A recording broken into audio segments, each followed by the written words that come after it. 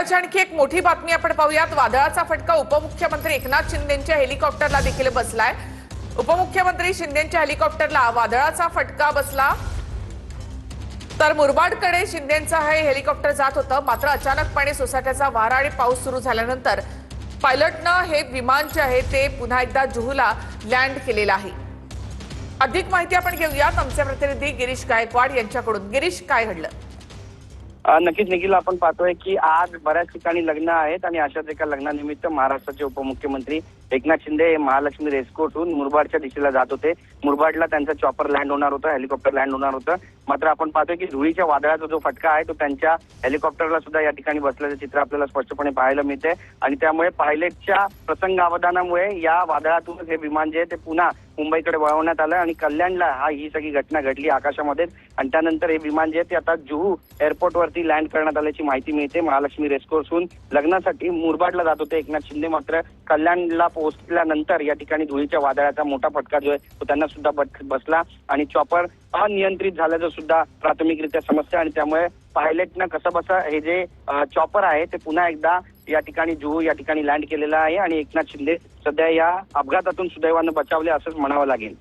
निखिला, नक्कीच गिरीश, आपण पुन्हा एकदा पाहूयात की महालक्ष्मी रेसकोर्स वरून लग्नासाठी मुरबाडला एकनाथ शिंदे यांचं हे हेलिकॉप्टर जात होतं। मात्र कल्याणच्या जवळ हे हेलिकॉप्टर वादळामध्ये अडकलेलं होतं। मात्र जुहू एअरपोर्टवर इमर्जन्सी लँडिंग या हेलिकॉप्टरचं करण्यात आलेलं आहे। गिरीश, आपण पाहतो की सर्व ठिकाणी म्हणजे कल्याण, डोंबिवली, ठाणे त्या पुढे देखील सोसाट्याचा वारा आणि पाऊस कोसळतोय, याचा फटका कुठेतरी बसतोय।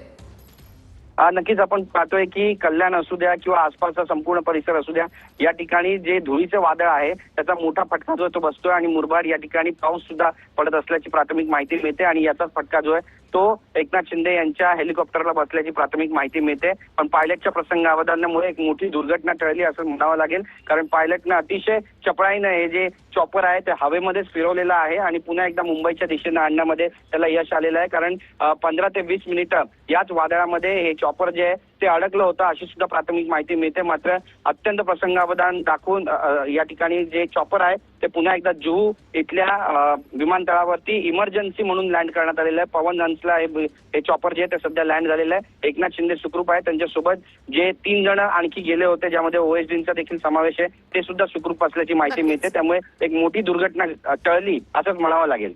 नक्कीच गिरीश, मोठी दुर्घटना यामध्ये टळलेली आहे। मात्र या सगळ्याचा काही अलर्ट देण्यात आलेला होता का, की मग कल्याण, डोंबिवली, ठाणे या सगळ्या भागामध्ये अचानकपणे सोसाट्याचा वारा सुटलेला आहे, पाऊस सदृश परिस्थिती निर्माण झालेली आहे?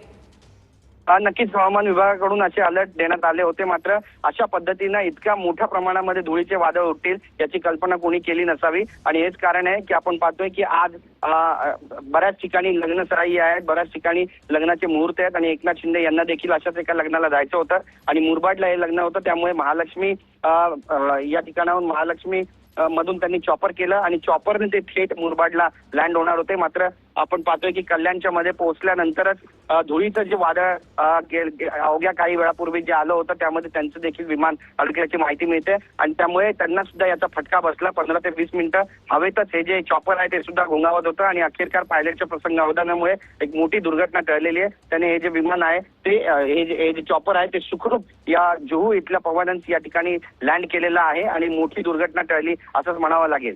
धन्यवाद गिरीश एकूणच माहितीबद्दल। पुन्हा एकदा आपण पाहूयात की एकनाथ शिंदे यांचे हेलिकॉप्टर कल्याणमध्ये वादळामध्ये अडकलेलं होतं। मात्र पायलटनं प्रसंगावधान राखत हे हेलिकॉप्टर पुन्हा एकदा जुहूच्या एअरपोर्टवर आणलेलं आहे आणि तिथे ते लँड करण्यात आलेलं आहे।